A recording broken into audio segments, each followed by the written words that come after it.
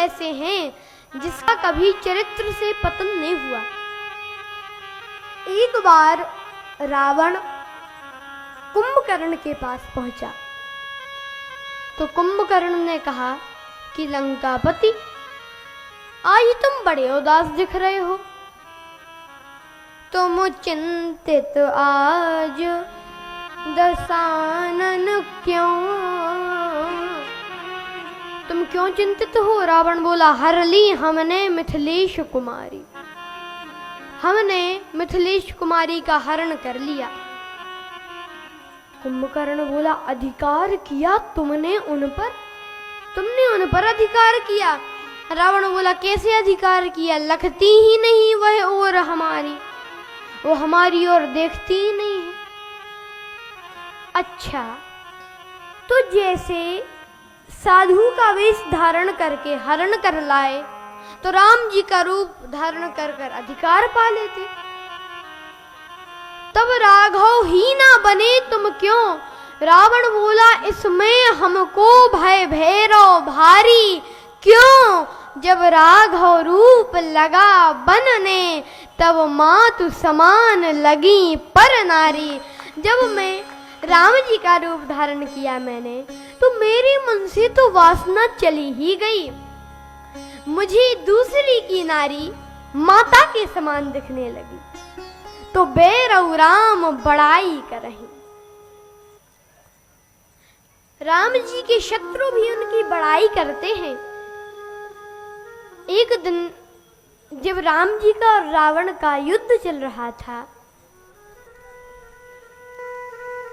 तो मेघनाथ का वध हुआ। तो मेघनाथ की पत्नी सुलोचना रावण के पास आई और कहा कि पिताश्री, अगर आपकी आज्ञा हो तो मैं अपने पति का शव रामादल से ले आऊं। रावण बोला, अवश्य बेटी जाओ, अवश्य जाओ। अब दरबारी सोचे कि महाराज, सभा में था उस समय रावण, दरबारी सोचे कि महाराज आपकी 10-10 बुद्धियां हैं, एक में भी समझ नहीं है, 20-20 नेत्र हैं, एक से भी दिखाई नहीं देता। कहा क्यों? कहा अभी आपका और उनका युद्ध चल रहा है, आपका और राम जी का, तो ऐसे में आप सुलोचना को भेज रहे हैं, क्या पता वे सुलोचना को बंदी बना ले और कहें कि तुम सीता जी को लौटा दो। राम जी कहें कि तुम सीता जी को लौटाओ तो हम सुलोचना को लौटा देंगे। तो ऐसे में आप सुलोचना को क्यों जाने दे रहे हैं? तो रावण मुस्कुरा कर बोला कि दरबारियों, कितने ना समझ हो। क्यों? राम ऐसा नहीं कर सकते। क्यों नहीं कर सकते?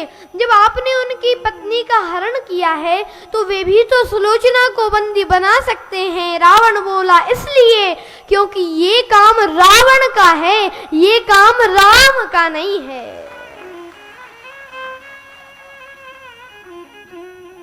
और एक बार तो श्री तुलसीदास